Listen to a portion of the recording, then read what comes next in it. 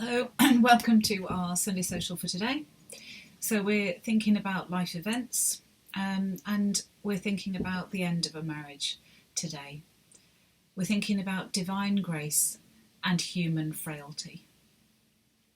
So the God in Love Unites Us report that I referred to last week doesn't just talk about same-sex marriage. It talks about valuing loving relationships in different forms. And in the context of today's Sunday Social, it talks about the end of a marriage. It talks about how we recognise that sometimes a marriage will end. I'm not doing an interview today for this service because I'm talking as somebody who is divorced and now remarried. And I will use my story sort of to avoid anyone else feeling uncomfortable about sharing theirs, but I am drawing on things that other people have said. I hope this will help other people not to feel uncomfortable about sharing their story. So let's think about how we cope with it when a marriage just doesn't work. There we were, captured in an old photograph, our faces so young and naive. My God, were we really that young?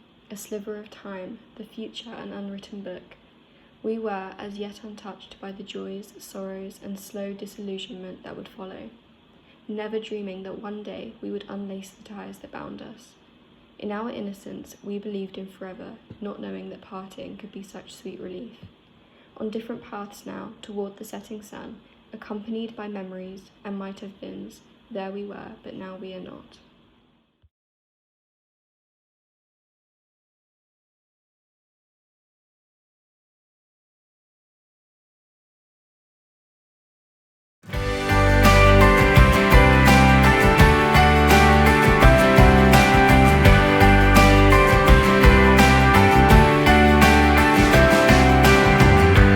Lord, I lift your name on high.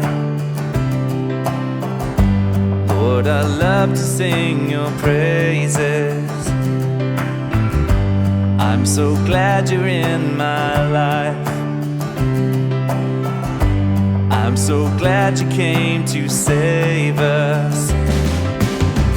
You came from heaven to earth to show the way, from the earth to the cross, my debt to pay, from the cross to the grave, from the grave to the sky. Lord, I lift your name on high.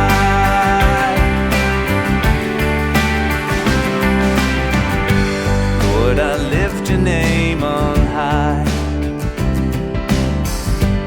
Lord, I love to sing your praises.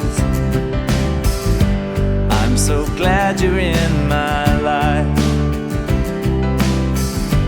I'm so glad you came to save us. You came from heaven to earth to show the way, from the earth to the cross, my debt to pay, from the cross to the grave, from the grave to the sky.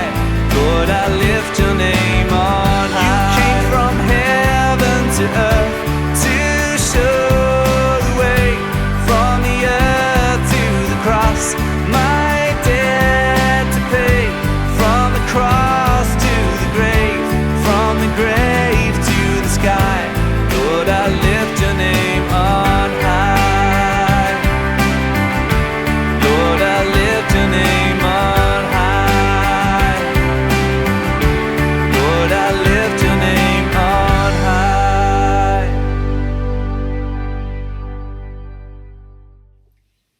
Welcome back. So the God in Love report says that in proposing a liturgy for the end of a marriage, we aren't glorifying divorce, but rather we are trying to acknowledge its reality and enable people to offer support and receive the grace of God as they journey through it. Divorce affects so many people, not just the couple themselves. So for me, this is a really important pastoral process. I've asked others for their experiences, and I will incorporate them here anonymously as I go, but I'm going to start with my own experience. So for me, looking back, I rushed into marriage the first time. I think this is maybe where an in-depth marriage preparation may have helped, but to be honest, you think you have it sussed, and no one gets married intending it not to last. I wasn't a Christian then, but I'm not sure how much difference it would have made. When I got divorced, I didn't so much feel a failure, and I didn't feel particularly judged, but I just felt lost and adrift. Coincidentally, it was when I was getting divorced that I did the Alpha course and started my faith journey.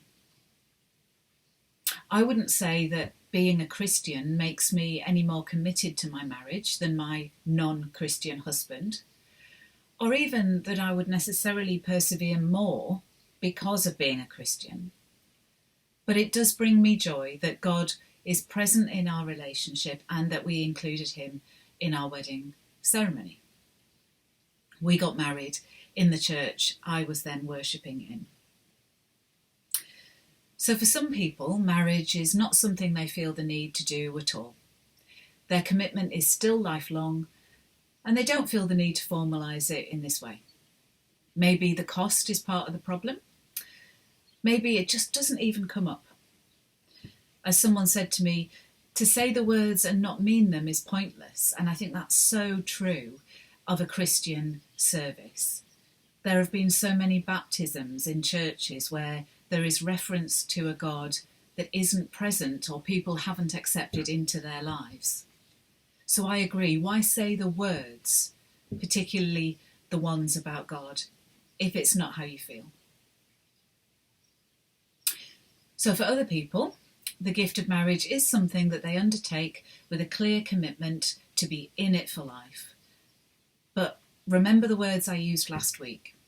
Marriage's sacramental nature must be located in the ongoing lived relationship of the couple, through the celebration of the gifts of creation, the sharing of sorrows and struggles, and the increase of joy and justice. For some people, a marriage is not a situation where joy and justice flourish. There was a time when society and the church pressurised people to stay in a marriage that was not joyful, and even in an abusive marriage, because somehow ending the marriage was more important than the welfare of the couple. I mean, not ending the marriage was more important than the welfare of the couple. But let's be honest, how can God want someone to live through pain and be abused? I think we need to recognise that in our brokenness, there are people and couples where it's not a fulfilling life to be married in that way to that person. That isn't to say that we should take our commitment lightly, and I truly believe God calls us to be the best we can be and not to settle for less. There have been times when my current marriage, as Terry Wogan would say, the present Mr. Anderson, has been difficult. We've worked together and we've persevered, but not through any sense that God would disapprove of us doing otherwise, and for my husband, God doesn't come into the picture. But we've persevered because there is something worth saving. Now, I don't want anyone to get a sense of any disapproval from me or our churches at having realised that a marriage made in good faith simply hasn't worked. The liturgy proposed by the God in Love Unites Us report will not glorify the end of a marriage, but I think it will give us the words to share that pain and celebrate each individual as being loved by God. As we enter into relationships today, we make all sorts of commitments at a different pace to what happened in the past. Living together is common, and maybe that's the only way that you truly get to know someone. People have children together without any formal commitment like marriage, and it's not remotely unusual and largely not frowned upon today. So to try and enforce an idea of relationships that worked 100 or 50 years ago on young people today would simply make the church look irrelevant and out of touch. I personally feel that as a church, we need to be able to relate to people where they are and how they are, and not expect them to conform to some historical rose-tinted glasses view of marriage. Unfortunately, that includes recognising with grace and love that sometimes a relationship doesn't work out. Our role can and should be one of support and empathy, and I hope that's what you find in your church. It's a strange old world, but it is God's world, and He is still in control. We can serve Him if we listen to the changes around us. And if we can't be relevant, that somehow reduces God to an old-fashioned, outdated God. And He isn't that. So whatever your lived experience, whether you're single, living together, married, divorced, and especially if you are experiencing the trauma of the end of a relationship, be assured that God loves you and will continue to love you. He sits alongside you in the pain, and as His church, so do we. Peace be with you.